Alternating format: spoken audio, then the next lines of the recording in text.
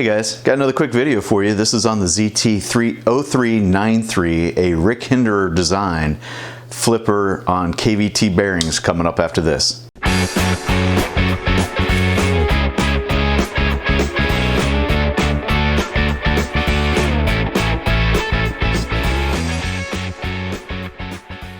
Okay guys, I'm back. So this is the ZT0393, like I said a second ago, but just wanted to cover this real quick, give you my impressions, cover the tech specs, etc., and let you get a good look at it.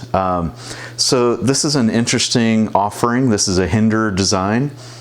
You can see name there on the other side of the blade. This is a two-tone blade in CPM 20CV. This is a DLC coating. It does have KVT ball bearings. It is a quick deploy flipper, and this is an interesting knife in the sense that it's a smooth, it's typical of what you would expect from ZT, and it comes from a good line of previous knives. This knife has been around for a while, and it's got a almost cult-like following. It's a great knife if this is what you're into. I personally have some biases towards it, and I'll cover those in this. But the blade shape, it's got kind of a harpoon shape with this relief cut up here. It's got a second grind here in the belly of the blade, and I'm not a fan of that, but if you are, then this satisfies your requirements. It is a titanium liner lock with the G10 coated or G10 covered scales here, so you can see the blue anodizing poking through. It does have these inserts for the clip, and it is left to right tip up carry only. Some jimping here on the back, some jimping here on the blade.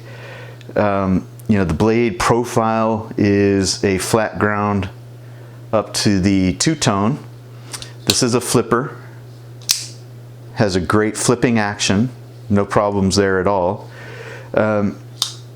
Just a really smooth, typical offering from Rick Hinderer. If you like his knives, you're probably going to like this one. Now, my issues with this knife. Well, my issues are, I think, more in the usability for this knife, and this is just my personal usability problem with it.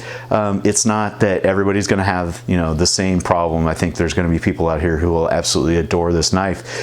It's just not my style, and I guess that styling comes in with that styling comes in some bias. So take it with a grain of salt, guys.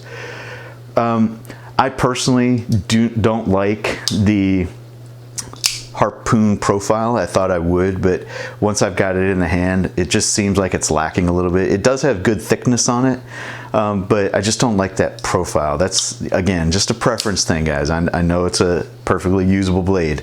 The other thing that kind of bothers me, that pocket clip, it just sticks out, and I know you can get other pocket clips for it, but as it comes from the factory, it's not my style. I don't prefer it.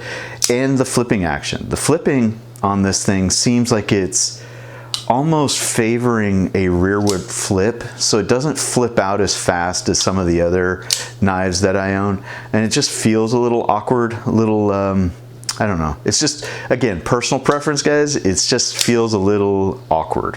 Yeah, I mean, it's I don't know, it's hard to say. It's almost like this would have been better as an assisted opener, just because it feels a little weird to me in the hand. But anyway, that's, again, personal preferences. Everybody has them, right?